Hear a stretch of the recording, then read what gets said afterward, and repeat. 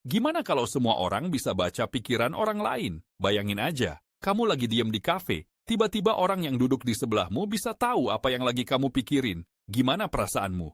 Bisa jadi seru, tapi juga bisa bikin paranoid banget kan? Soalnya, kalau semua orang bisa baca pikiran, nggak ada lagi yang bisa disembunyikan. Semua perasaan, ketakutan, dan pikiran kita bakal terbuka begitu aja. Nggak ada lagi privasi.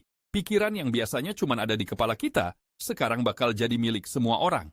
Kalau kamu lagi mikirin sesuatu yang nggak enak, misalnya masalah kerjaan, atau lagi kesel sama temen, orang lain bisa langsung tahu tanpa kamu ngomong apa-apa.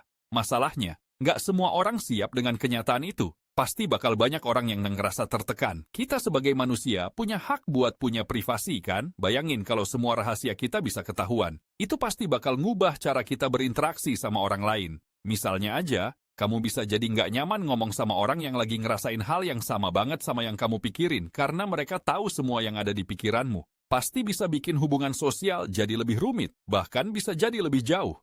Nah, masalah terbesar yang bakal muncul adalah ketidakmampuan kita buat ngontrol apa yang orang lain pikirin tentang kita. Bisa jadi orang lain malah nyalah pahami pikiran kita. Misalnya, kamu lagi mikirin sesuatu yang serius, tapi orang lain malah nganggep kamu lagi berpikiran buruk tentang mereka. Itu bisa bikin banyak misunderstanding yang bahkan nggak perlu terjadi. Jadi gimana?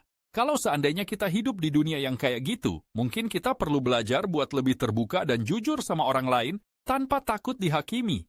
Tapi, kita juga perlu belajar buat ngejaga batasan-batasan pribadi. Misalnya, kalau kita tahu pikiran orang lain, kita bisa coba lebih memahami mereka tanpa langsung ngejudge. Kita juga harus sadar, meskipun kita bisa tahu pikiran orang lain, bukan berarti kita harus selalu ngomongin itu atau ikut campur. Ada kalanya kita harus menghargai privasi orang dan ngasih ruang buat mereka buat tetap punya kebebasan pikiran. So, buat kalian yang mungkin lagi ngebayangin dunia kayak gitu, coba deh pikirin lagi.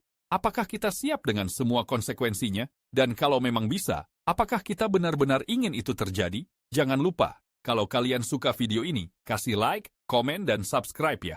Karena kita bakal bahas banyak hal seru lainnya yang bisa bikin kalian mikir lebih dalam.